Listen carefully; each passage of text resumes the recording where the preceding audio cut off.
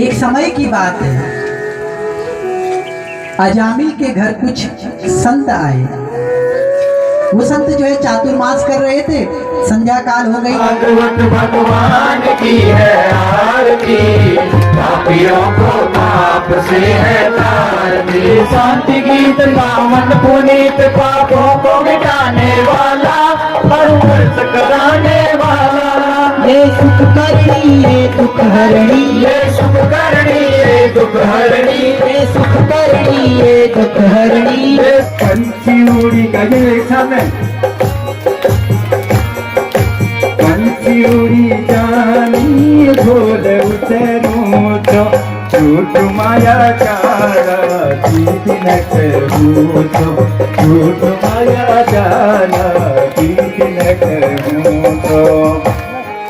अरे वहाँ की बहनें हैं यहाँ पे कोटली की और आयनवा अरीमी और बरगला में, तो ये साहब प्रधान जी ने तुम्हें तो तैवीर में स्पेशली लास्ट में ये मिलवे जानी आंटी, ताकि ये यादें बड़ी रहो कि हमारे बरगला में एक मित्र हमारे योलो छिन कभी। ऐसे ही आप रोज आते रहे हमारे वहाँ, कोशिश करूंगा, ऐसे ही लोगों में प्रेरणा भी देते रहे। धन्यवाद धन्यवाद। कथा का एक पूरा गाँव वालों वेलकम यहाँ पर बना दिया है, ये देखिए ये होता है दोस्तों, छोटे छोटे त्याग करने से कितना बेनिफिट मिलता है, कितनी परेशानी उठाई होगी लोगों ने इस जगह। देखिए ये छोटी छोटी जो अपने खेतों में के बीच से रोड गई हैं, कितना त्याग किया होगा लोगों ने अपने खेतों को, खेतों के प्रति जो मोह है उसको कम किया होगा। सब लोगों ने अपना थोड़ा थोड़ा त्याग करके खेतों का, तब ये रोड आई है। इसी प्रकार हम सभी लोगों को अपने गांव की रोडों के लिए थोड़ा थोड़ा त्याग करके सरकार की मदद करनी चाहिए, ताकि रोड हमारे तक पहुंच जाए।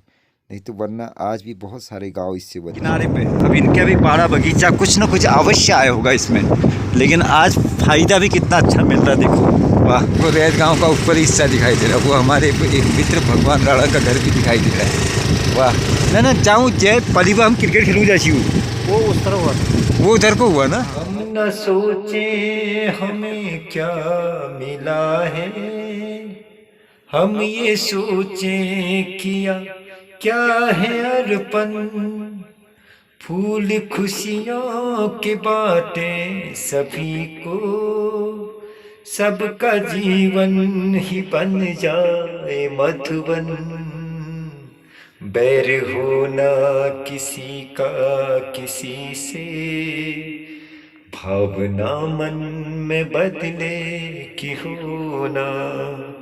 हम चले नेक रस्ते पे हमसे, भूल कर भी कोई भूल होना, भूल कर भी कोई भूल होना।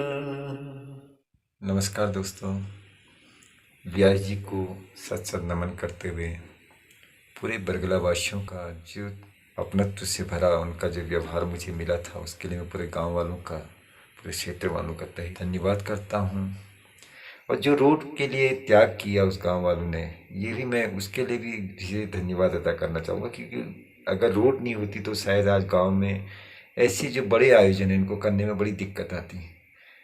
आज उस रोड की वजह से बड़ी सरलता मिली है। तो हम गाँव वालों को पहले अपने मन को बनाना पड़ता है कि हम कैसे, अगर रोड आ जाएगी तो हमारे अंदर कोई द्वेष तो नहीं होगा, क्योंकि रोड आएगी थोड़ा तो कटेगा ही, थोड़ा तो हमें नुकसान भोगना ही पड़ेगा, क्योंकि अब पूरी हर तरीके से एक तो रोड हमारे गांव को आई और हम त्याग ना करें ये भी संभव नहीं है। तो इसके लिए मैं पूरा उनकी एकता को, मणि टना जितने भी गांव उसमें पड़ रहे हैं, जिन्होंने भी सहयोग अपना दिया है, रैत से ऊपर को जो जगह है, तहे दिल से धन्यवाद उनका करता हूँ। और वाकई में लाजवाब है वो जगह। जो भक्ति का माहौल मैंने वहाँ देखा ही वैसे ही भक्ति का माहौल व्यवहारिकता में भी हमारे आई। जो चीज़ें व्यास जी बता गए हैं उसको अपने जीवन में फॉलो करके अपने व्यवहारिक जीवन को आपस में एक दूसरे के दुख सुख के प्रति सचेत रहना, एक दूसरे के कष्टों को बांटना। गांव में कोई गाली गलौज करते हैं शराब पी के तो उसका विरोध करना, एक साथ सामूहिक रूप से जब ऐसी चीज़ें होंगी तो उस भक्ति में चार चांद लग जाते हैं। क्योंकि बहुत सारी चीज़ें ऐसी है कि हम देखते हैं कि एक आदमी किसी को तकलीफ पहुंचाता है तो हम कहते हैं कि यार फिर हमको थोड़ी करना। तो ऐसी जैसी एकता हम इतने बड़े कार्यों में करते हैं वैसी एकता हमें उसमें भी हो, तो ये हम सब गांव के लिए बहुत अच्छा है। तो आइए ऐसे भागवत कथा को जो हुई है थोड़ी जो यादें मैं बना पाया, जो यादें मैं संजो पाया, उसको आप तक पहुंचाने के लिए मैं वीडियो में लिए चलता हूं आपको। अक्सर मुझसे बहुत लोगों ने पूछा, पांडे जी जो आप बैठे रहते हैं जहाँ पर, ये अलमारी में क्या बना रखा है आपने? ये जो चित्र है मैं इसको दिखाता हूँ आपको। विवेकानंद जी का बुक्स से मुझे बहुत ज्ञान मिला, तो बड़ी मदद मिली अपने आप को पहचानने में, तो उन्हीं के लिए मैंने बनाया था। और एक सूटा दिखाता हूँ आपको, ये इसका, ये मेरी बनाई हुई ही पेंटिंग है, मैंने ही लिखा था इसको ऐसे ही। तो इसको कम से कम 10-12 साल हो गए हैं, इसको चौक भी मिटा नहीं, क्योंकि कहीं बाहर से मंगाई थी मैंने, इम्पोर्टेंट चौक थी। परोपकार ही जीवन है, क्योंकि विवेकानंद जी का सबसे बड़ा थॉट ही यही था, किसी के काम आना, किसी की आंसू पोंछना।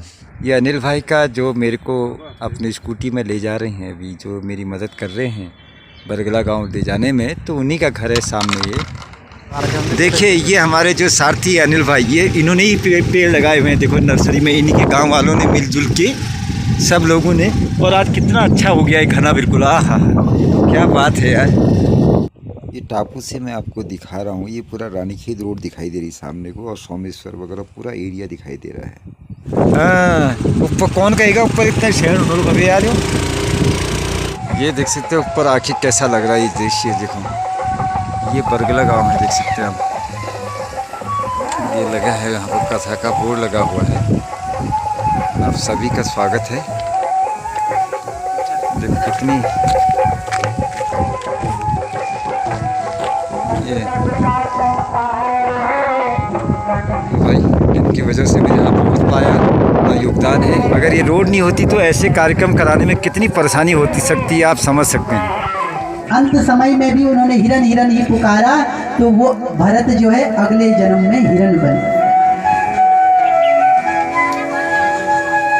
अगले जन्म में ना हिरन बने, और जब हिरन बने ना, हिरन बनने के बाद उनको अपने आप पर बड़ी ग्लानि हुई, स्वयं पर अत्यंत ग्लानि हुई कि मैंने अपने उस मानव शरीर को ऐसे ही गवा दिया। लेकिन हिरन का तो सौभाग्य, वो भरत जी जो है हिरन बने थे, उनका तो सौभाग्य है कि उनको तीसरे जन्म में भी मनुष्य की योनि मिली। वो हिरन जब बने तो वो एक जंगल में गए और खुद ही आत्मदाह कर लिया, फिर उन्हें एक मनुष्य जीवन मिला। और मनुष्य जीवन मिला ना, तीसरे जन्म में वो पूरे जीवन काल में किसी से कुछ नहीं बोले, बस एक बार बोले, जब एक रहुगण की कहार जब उठा रहे थे, उसको ले जा रहे थे, उस समय उस रहुगण को ज्ञानोपदेश देते हुए बोले।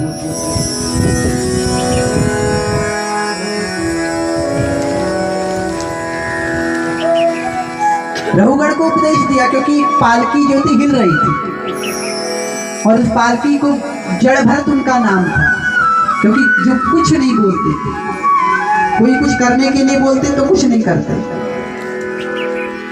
जड़ भरत। तो एक रहुगण की पालकी को ले जा रहे थे ना, तो रहुगण की जब पालकी को ले जा रहे थे तो पालकी हिलडुल रही थी।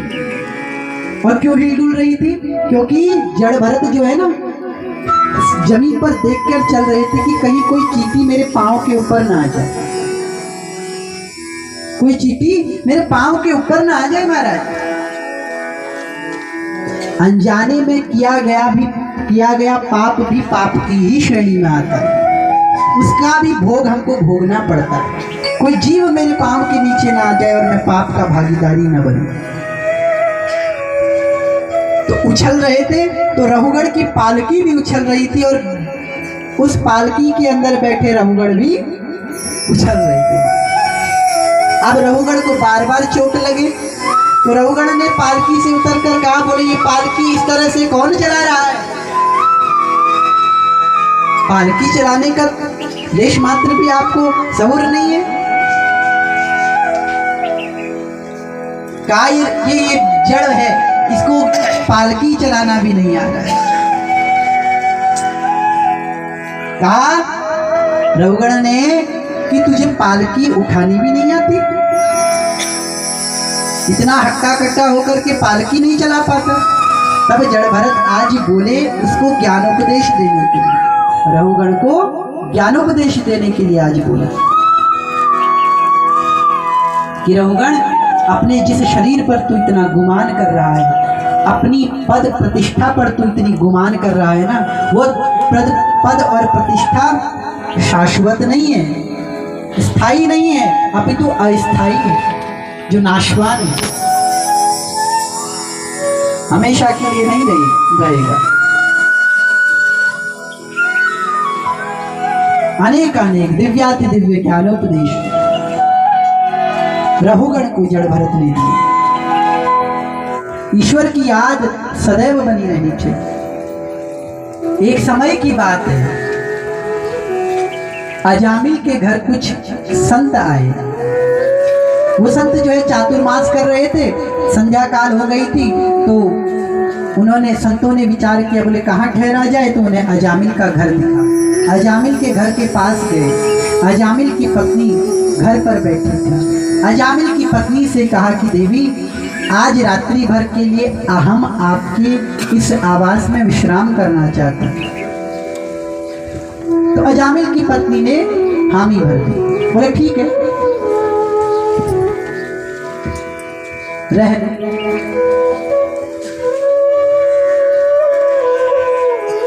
और संत वही रहे। रात्रि में अजामिल आया, और जब अजामिल आता है उस समय अपनी पत्नी से पूछता है, बोले ये कौन है, ये इनको यहाँ क्यों बैठा के रखा है? क्योंकि उसमें तृणमात्र भी श्रद्धा नहीं थी संतों के प्रति, ब्राह्मणों के प्रति उसको लेश मात्र भी श्रद्धा नहीं थी। बोले इनको यहाँ क्यों बैठा के रखा है? पत्नी ने कहा, बोले ये चातुर्मास कर रहे हैं, आज रात्रि भर के लिए विश्राम की इच्छा रखे हुए हैं, तो आज रात्रि यहाँ रुकेंगे, कल भोर होते ही चले जाएंगे। अजामिल अपनी पत्नी से बहुत प्रेम करता था, ठीक है चलो, लेकिन लेश मात्र भी श्रद्धा संतों के प्रति नहीं थी उसे। अब अजामिल अपने कक्ष में चले गया विश्राम करने के लिए। प्रातः काल हुई।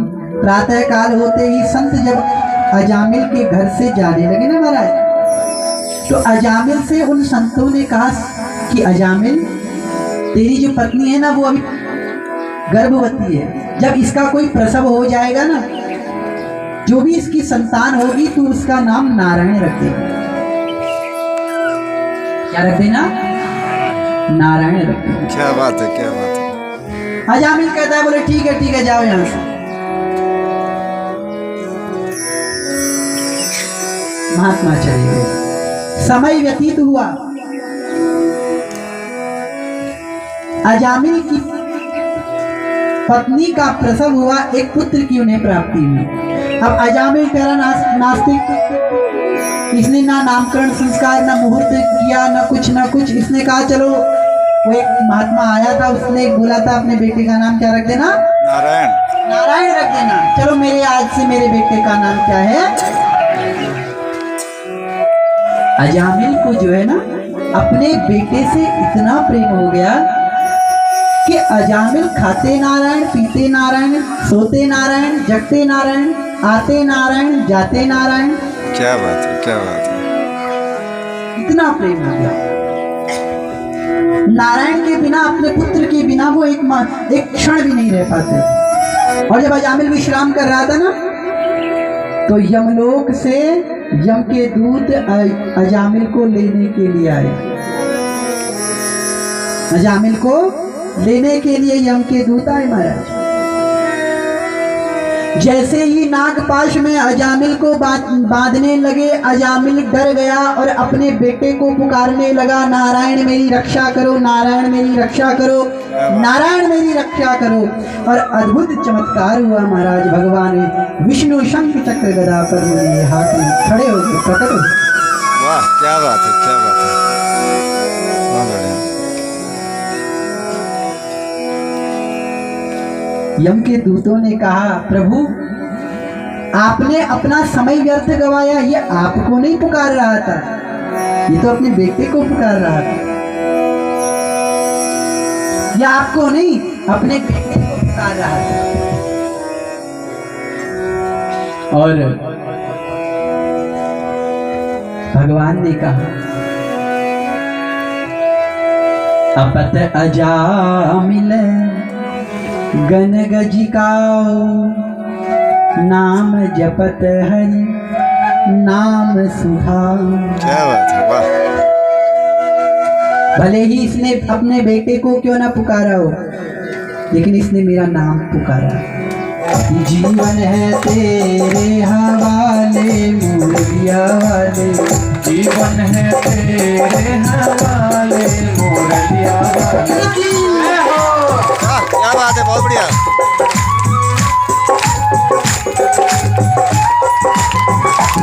एक लय में क्या बात है।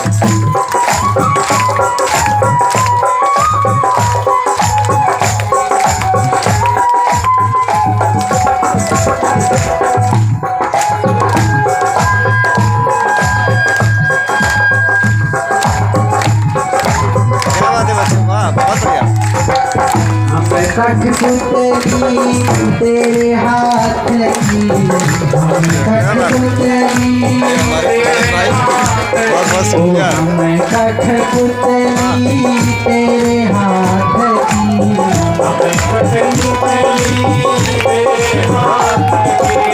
चाहे तू चाहे तू चाहे तू जैसे न चाहे, चाहे तू जीवन है बढ़िया। वाह क्या बात है, वाह वाह वाह क्या बात है, वाह बहुत बढ़िया। बांके मोरलिया वाले प्यारे मोरलिया वाले,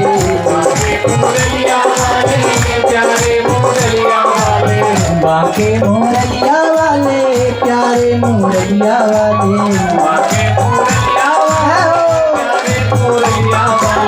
जीवन है जीवन है जीवन है तेरे हवाले, जीवन है तेरे हवाले। सभी भाई सराज के तारीफ की सेवा करो, जय जय।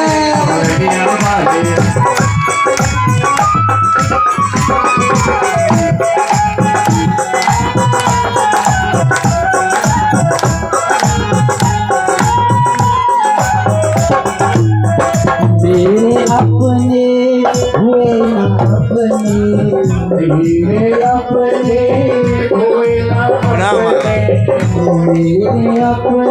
जब लियो भाई हरि को नामा, अंत समय में हरियो छोड़ा। जब लियो भाई हरि को नामा, अंत समय में हरियो महापुराण की।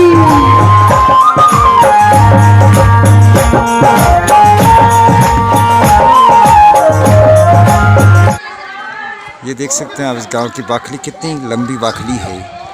एक अद्भुत आनंद लिए हुए अपने उस आप में। अरे अरे प्रणाम, एक मिनट। हाँ बस माँ जी, ये देखिए आज रावत जी की मम्मी भी मिली हमें। ये उनकी सास है। अच्छा क्या बात है, क्या बात है। असली में तुम्हें चल जो सीने उसके परिचय हो, मेरी वीडियो उन्होंने देखी ने तब उन्हें मैसेज आते रुचि। अच्छा। बहुत बढ़िया लगो, वाह।